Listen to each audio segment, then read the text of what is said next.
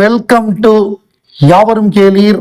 நான் உங்க பத்ரி பேசுறேன். நேற்றைக்கு வந்து Vels film city, Vels convention centre, அதே மாதிரி வேல்ஸ் தியேட்டர்ஸ், இது எல்லாமே இனாகிரேஷன் துவக்க விழா நடந்தது. ஒரு மிகப்பெரிய ஒரு ஃபங்க்ஷன்.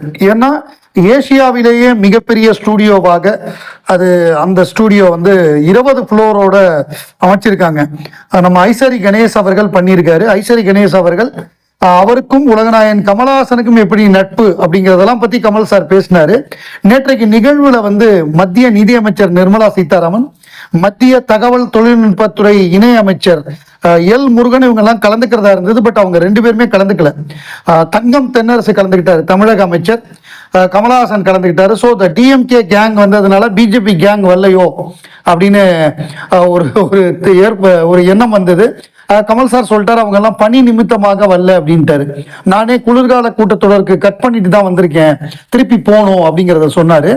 எனக்கும் நம்ம ஐசரி கணேஷுக்கும் எப்படி நட்பு, எப்படி ஒரு தொடர்பு அப்படின்னா, ஐசரி கணேஷ் வந்து ராஜ்கமலோட சேர்ந்து படம் தயாரிச்சது இல்லை. அவங்களுடைய வேல்ஸ் இன்டர்நேஷனல் படங்கள்ல நான் பண்ணதில்லை. ஆனா அவங்க அப்பா ஐசரி வேலன் வந்து அவருடைய நான் படங்கள்ல நடிச்சிருக்கேன் அப்படிங்கிற விஷயத்த சொன்னாரு. எங்களை வந்து ஒன்று சேர்த்தது வந்து எம்ஜிஆர்னால தான் நாங்கெல்லாம் வந்து ஒன்று சேர்ந்தோம். ஏன்னா சத்யா மூவிஸ் படங்களை நடிக்கும் பொழுது அதை பார்த்து கொள்வதற்காக ஐசரி வேலன் வருவார். அப்படி அவரோட ஏற்பட்ட நட்பு, அதனால வந்து ஐசரி கணேஷோட ஏற்பட்ட நட்பு அப்படிங்கிறதெல்லாம் ரொம்ப அழகா எடுத்து சொன்னாரு. அதே நேரத்தில் வந்து அவர் ஏவிஎம் சரவணன் சார்கிட்ட வந்து அவருக்கு எதிர்த்தாப்புல இருக்கிற ஸ்டூடியோ 17 ஃப்ளோர் இருக்கும்பொழுது இது 10 ஃப்ளோரா இருந்ததா. ஏவிஎம் சார் நம்ம வந்து 20 ஃப்ளோரா பண்ணணும் அப்படின்னு சொன்னாராம். அந்த 10 ஃப்ளோரை நீ பார்த்துக்கிறியான்னு கேட்டாராம் ஏவிஎம் சரவணன் சார். ஐயோ சார் என்னால் முடியாது அப்படின்ட்டாராம். ஸோ இப்போ வந்து கணேஷ் வந்து 20 ஃப்ளோர் பண்ணியிருக்காரு. இப்போ அவருடைய மகள் தான் பார்த்துக்க போறாங்க, சுஷ்மிதா. அவங்க வந்து தைரியமா பார்த்துக்கணும். இது மட்டும் பத்தாது, ஹாலிவுட்ல இருக்கக்கூடிய ஸ்டூடியோஸையும் அவங்க பார்க்கணும், அதுல இருக்கக்கூடிய விஷயங்களையும் இங்க கொண்டு வரணும். எனக்கு வந்து என்னுடைய தகுதி என்ன, எனக்கு நிறைய பட்டங்கள்லாம் கொடுத்தாங்க, வெவ்வேறு பட்டங்கள் சொன்னாங்க. இது எல்லாமே எனக்கு சினிமானால வந்தது.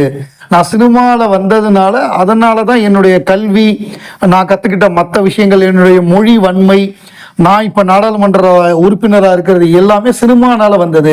என்னுடைய அடிப்படை தகுதி அப்படின்னு நான் கருதுவது என்னன்னா, நான் சினிமாவின் குழந்தை அப்படின்னு சொல்லி ரொம்ப அழகா அதை வந்து ரொம்ப சென்சேஷனலாக பேசலை, ஆனால் ரொம்ப அழகா அவருக்கும் ஐஸ்வரி கணேஷுக்குமான நட்பு, இந்த ஸ்டூடியோவுடைய முக்கியத்துவம் எல்லாத்தையுமே ரொம்ப அழகா பேசினார்.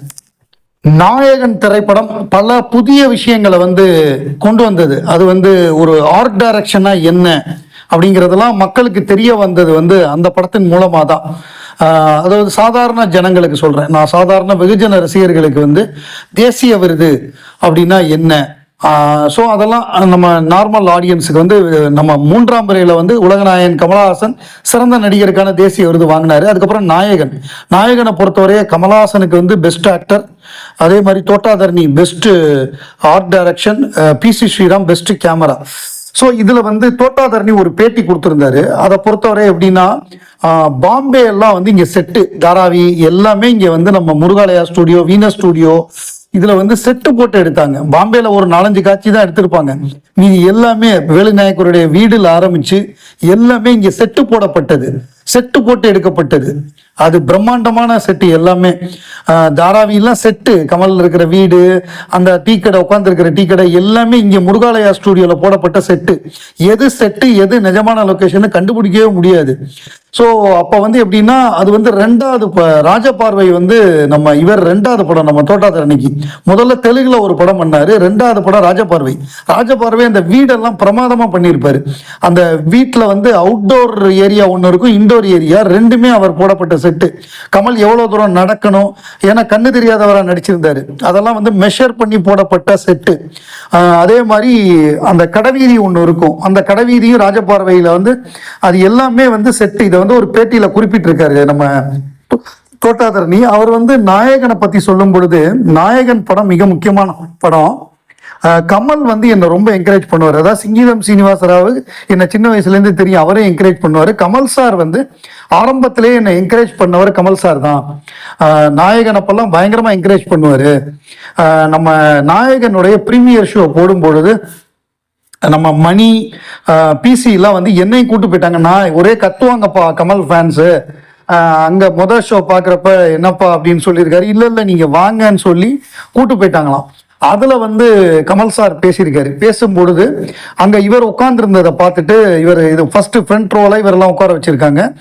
அவர் பேசும்பொழுது இந்த படத்தில் வந்து படத்துக்கு நாயகன்னு பேர், இந்த படத்தில் வந்து என்னை விட நாயகன் அப்படின்னா அது தோட்டாதரணி தான் அப்படின்னு ஒன்று பயங்கரமான கிளாப்ஸு. அப்போ ரசிகர்களுக்கு அது புரிஞ்சுதா அப்படின்னு எனக்கு தெரியல அப்படின்னு சொன்னார். ஆனால் புரிஞ்சுது. ஏன்னா அப்போ விருது கொடுக்கும் பொழுது சிறந்த கலை இயக்குனர் அதுக்கான விருது அவருக்கு கொடுத்துருக்காங்கன்னு சொல்லி ஆல் இண்டியா ரேடியோ நியூஸில் சொல்லும் பொழுது கலை இயக்குனர்னா என்ன அப்படிங்கிறதெல்லாம் நம்ம தெரிஞ்சுக்க ஆரம்பிச்சு, அது படத்தில் போடக்கூடிய செட்டு, படத்தில் வரக்கூடிய ப்ராப்பர்ட்டி, அவங்க பயன்படுத்தக்கூடிய காரு, அதான் அந்த படத்தில் வந்து ஆர்ட் டைரக்ஷன் சம்மந்தமாக என்னென்னலாங்கிறதெல்லாம் அப்போல்லாம் தெரிஞ்சுக்கிட்டோம். அப்படி இந்த படம் மூலமாக நம்ம தெரிஞ்சுக்கிட்டோங்கிறதெல்லாம் ஒரு நல்ல விஷயம்.